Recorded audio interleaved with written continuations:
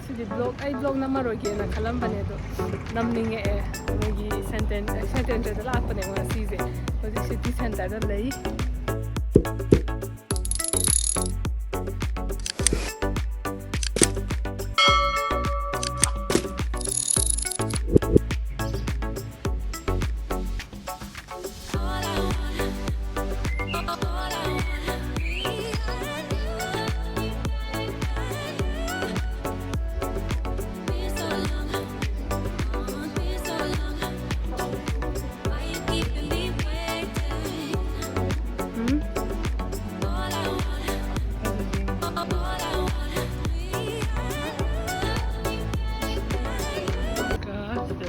ꯂꯩꯔꯦ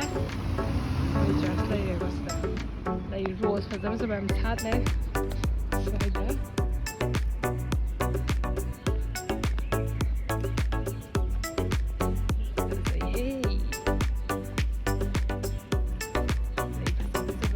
ꯁꯤꯗꯤ ꯀꯩꯅꯣ ꯂꯣꯏꯔꯛꯑꯦꯗ ꯀꯝꯖꯜꯂꯛꯄ ꯌꯥꯝ ꯇꯧꯔꯦ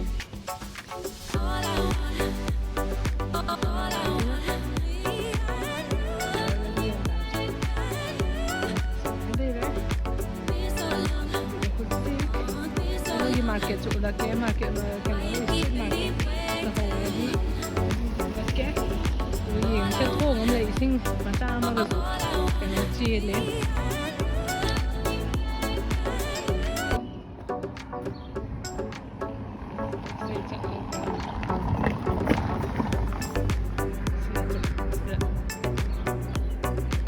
स्ट्रीम मचा अमगसु लई इसके आंग मचा में थाने से देंगे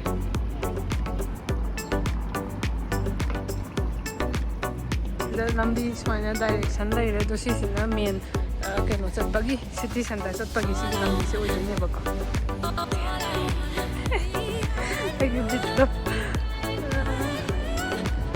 to sta lavendula kai si se keno le vegan ice cream store ne lo si se ai try tawe do yamna how boy de adi how ba su lai ba to si asi oine li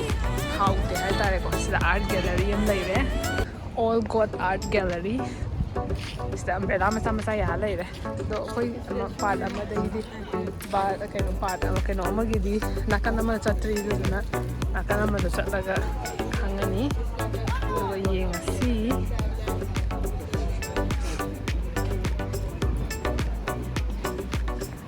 gora mi am chille chocolate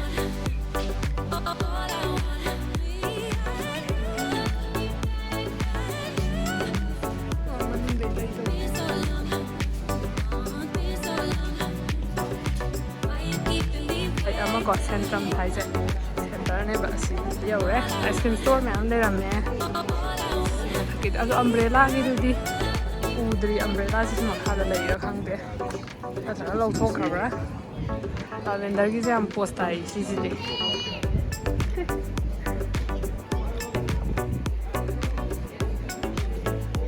ambi mà chăm chăm xí church lấy đấy được rồi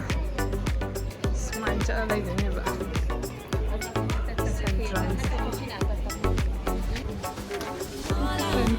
Szentendre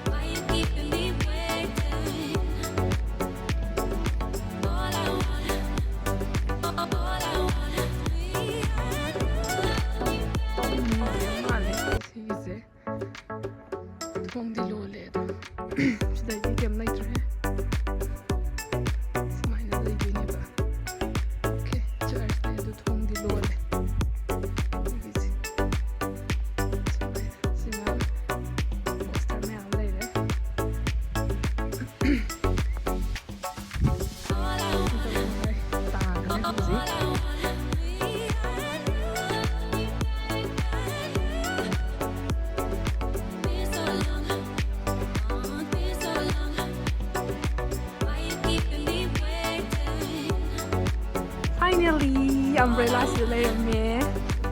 Sisi ko mga Szentendre yang famous oil se. Si umbrella last street haise sisne be am famous oirise hanga photo copy city saina saina ko oh somna kan da lake am chulai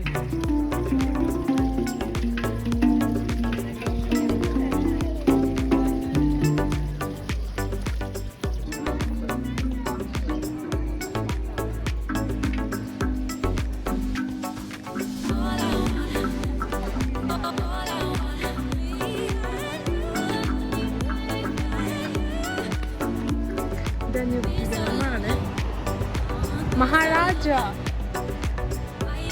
Raj Mahal buat ka sam lai ram desu da na final destination oi gani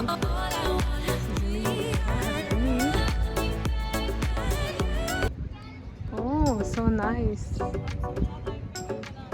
Maharaja I think that's an Indian store Indian food store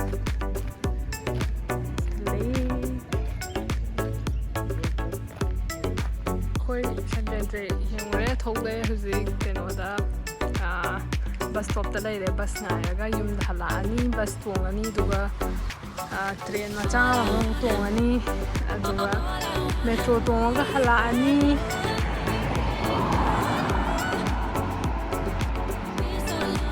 मैं video से side से लगे ngasi video से yum kai ka dai dile hobodo phazani na khalle ngasi me ado phai video se pajata di like comment share ta go ka thank you for watching bye bye